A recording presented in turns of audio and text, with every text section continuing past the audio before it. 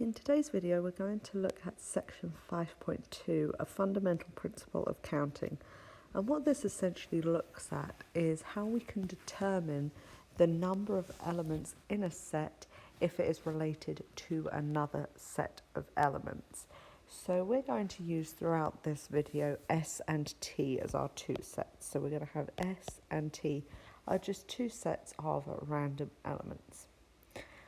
I'm going to give you a formula that's going to tell us the number of elements that are in the set S union T. So remember, S union T is all elements that are in set S or set T or both sets.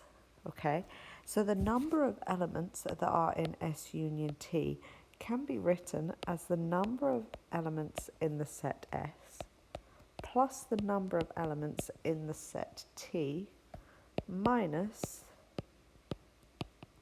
the number of elements that are in S intersection T. Okay, so it connects these quantities together when we have these two sets S and T. I'll give you an example of this particular formula in action, and then we can see why this formula actually works. So let's say I have a set S and it's made up of the numbers 1 through 6, and then T is going to be the set of numbers 1, 3, 7, 9, 11.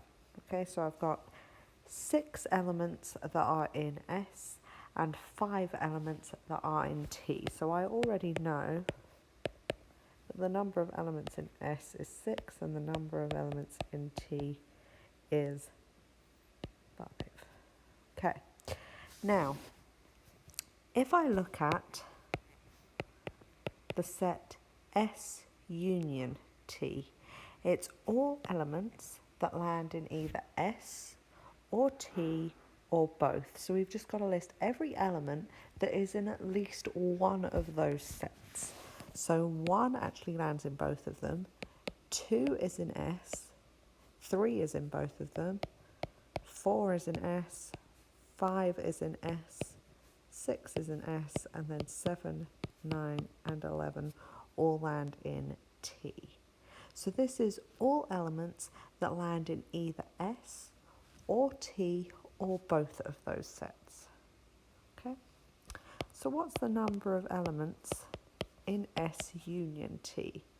Well, here we see that we have 9 elements by using that union. Now how about S intersect T? Okay, these are the elements that are in both S and T.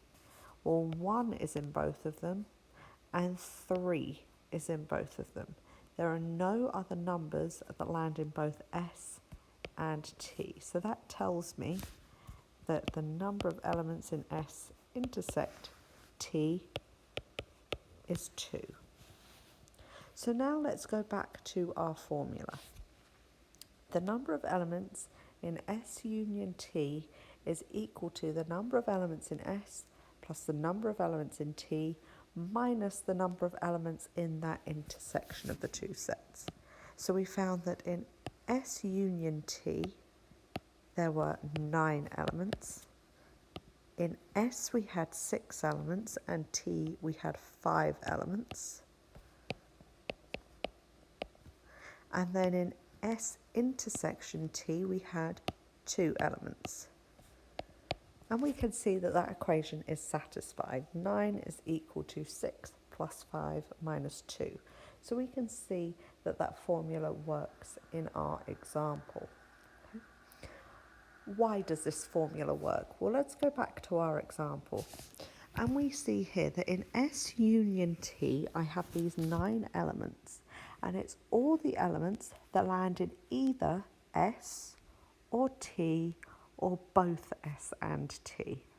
Okay, So you can see that when we go through this, if we said the number of elements in S union T is the number of elements in S plus the number of elements in T, we're going to ignore that last part of our formula for now. If I add together the number of elements in S plus the number of elements in T, I am double counting the elements that land in both of them. Okay, 1 and 3 land in both of our sets. So by adding the number of elements in S to the number of elements in T, I get 11. But I've double counted 1 and 3 because they land in both of those sets. So what I have to do is I have to subtract the intersection of the two sets, being the two elements 1 and 3, in order to get the number of elements that is in the union, because I don't want to double count those elements that land in both S and T. So that is why this particular equation works, because I add together the number of elements in S and the number of elements in T, but then I have to subtract the intersection of S and T, so the number of elements that are in that intersection, because otherwise I end up double counting elements. Okay.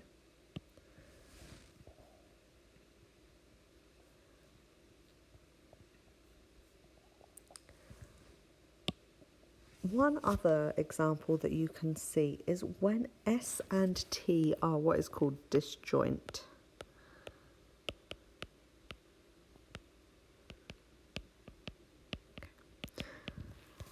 S and T being disjoint means that S intersect T is equal to the empty set. That means that S and T have no elements in common.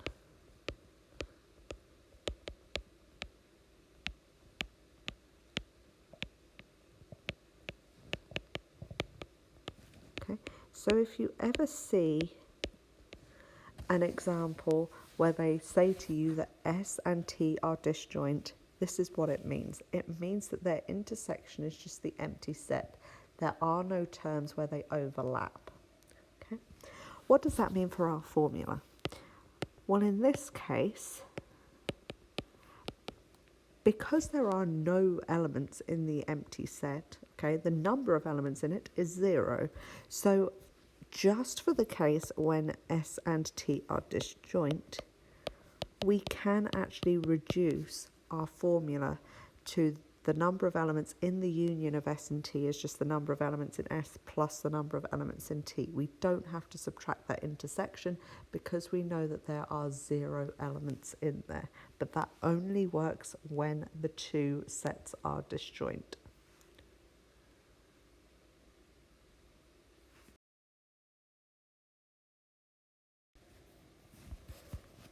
In order to also see this formula in action, a good thing to actually use, and we're going to continue with this in our next section as well, is a Venn diagram. Okay. Venn diagrams you've probably seen many times before, but what it basically says is that we are going to create a rectangle, and within this rectangle you would have every single element that is in your universal set U.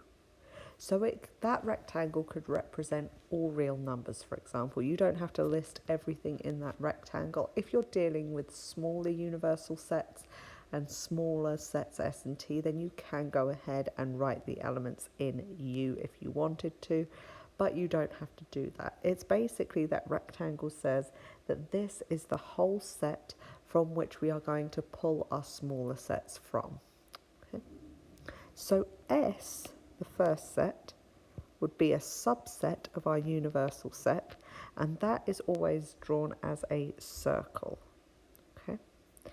I'm also going to draw our set T as a circle, as again a subset of that universal set, but a lot of the time, as we've seen in our last example, there may be this overlap where there is an intersection of S and T.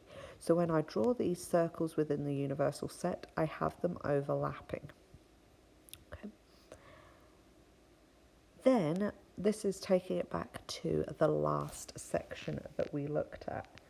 You could be asked to shade this Venn diagram depending on what they are asking for, whether it be the union of sets, the intersection of sets, etc.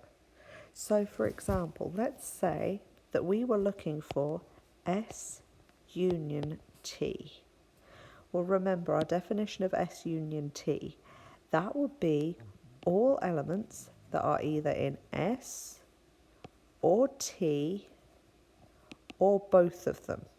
So it includes everything that lands in either one of those circles or both of them.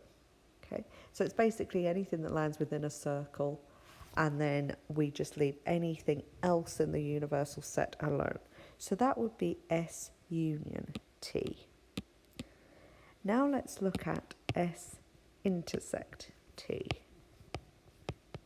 Okay, that is just any of the elements that land in both S and T.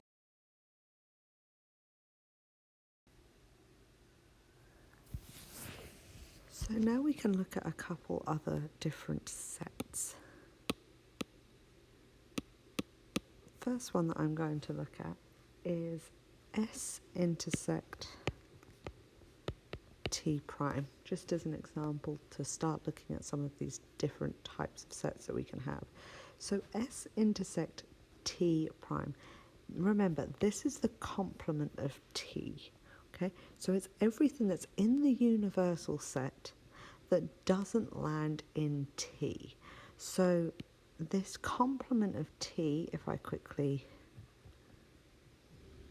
shade this in blue, the complement of T would be everything in that universal set, including what's in S, as long as it doesn't land in T. So we just leave that circle of T open. Okay? So that is what the complement of T would be, is that shaded area. So that intersect with S is everything that lands in that complement of T and also lands in S, which would just be this red shaded area here, okay? Because that is the overlap between S and the complement of T. So that red shaded area would be S intersect to the complement of T. Another good example that we can do would be S intersect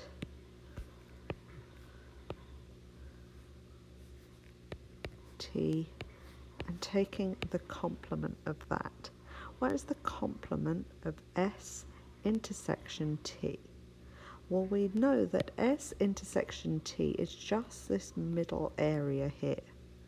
So the complement of that would be everything in the universal set that doesn't land in that area. So it would be everything here that lands in S or T, or just that universal set outside of S and T. So we just leave that middle section open. That would be S intersection T complement. This leads me to something called De Morgan's laws.